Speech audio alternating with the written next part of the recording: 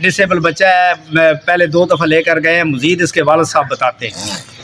अस्सलाम वालेकुम जी, मेरा नाम मोहम्मद इलियास, करीब डिस्ट्रिक्ट गुजरात, तहसील खारियां, शहर नज़द डिंगा, पिंड टोपा उस्मान। ये मेरा बेटा जिहड़ा है पैदाइशी बीमार है, तो असी इसकी डॉक्टरों को बड़िया जगह तो दवाई ली, लाहौर तो ली, लाले मूसे तो ली, डिंगे तो ली, लेकिन हकीम साहब को आए हैं तो दवाई नाल रोटी भी खाण लग पिया है और काम भी ज़्यादा जड़ा नहीं अगे पिछे होने लग पिया। अगे तो बिल्कुल हलदा जुलदा नहीं सी। ते वज़न दे बारे च दसो। वज़न भी तकरीबन इहदा 1.5 किलो वधिया है और सिर की जिहड़ी पमैश है वो भी वधी, यानी सिर भी माशाल्लाह कब्ज़ भी खत्म हो। अच्छा माशाल्लाह, मुसलसल वाले साहब दे दसते ने कब्ज़ रहिंदी सी, कब्ज़ भी ठीक है ते सिर भी बढ़िया और 1.5 किलो वज़न भी बढ़िया। मज़ीद तुसीं दसो जी, दसो।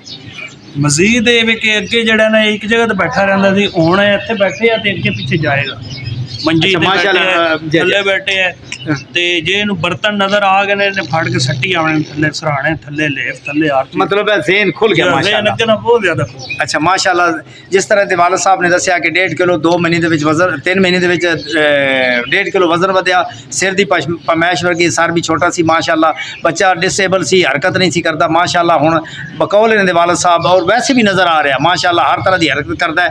और वालिद साहब ये प्यादे ने मोटरसाइकिल ते मेरे पिछे बह के आया, वालदा दे अगे ते मेरे पिछे, तो मैंने जो मुक्के मारने शुरू किए से इस तक जरा सारे राह मुक्के मारदा है, यानी कि ज़हन बहुत खुल गया। दुध मंगदा है, उस तो बाद वालिद साहब नूं बुलांदा है ते हरकत करदा है, एक चारपाई तो दूसरी चारपाई ते भी चला जांदा है। मज़ीद दसो जी।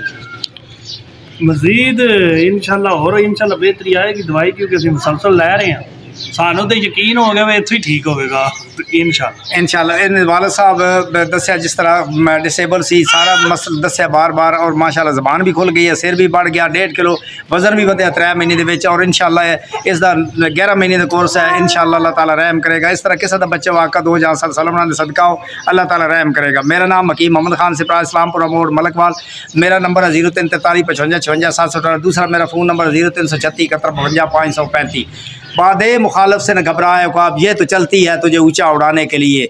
मज़ीद वालिद साहब इन्हें पैगाम के देना चाहते हैं, दसो जी मज़ीद पैगाम ये कि कोई भी बच्चा इस तरह का माजूर है, चाहे वो जिदा भी है, ना तो हकीम साहब इतने पैसे लेंदे ने ते ना ही इन्ना खर्चा, छड़ा आवन जान का ही है। वो बंदा इत्थों आके जरूर दवाई ले, चाहे वह 20 साल का बच्चा, चाहे वह 2 साल का बच्चा। किसी का बच्चा बड़ा कोई कैंसर का मरीज है तो वह भी 1 साल तो दवाई ले, वो भी ठीक हो जाए। जिस तरह इन्होंने वालिद साहब दोबारा दसिया है, तो फिर मैं अर्ज करना, पथरी पित्ता नहीं कटाना, शुगर है, शुगर का जख्म है, लत्त बांह नहीं कटानी, कोई भी मसला है, कैंसर है, कोई भी एनी वन चीज़ है, लेकिन अल्लाह ताला शफा देने वाले ने। ते गुलाब का फुल माशाल्लाह अगे नालों बेहतर है, तो इंशाल्लाह तक मुस्कुरांदा हसदा है। तो ठीक है जी, अल्लाह हाफिज़।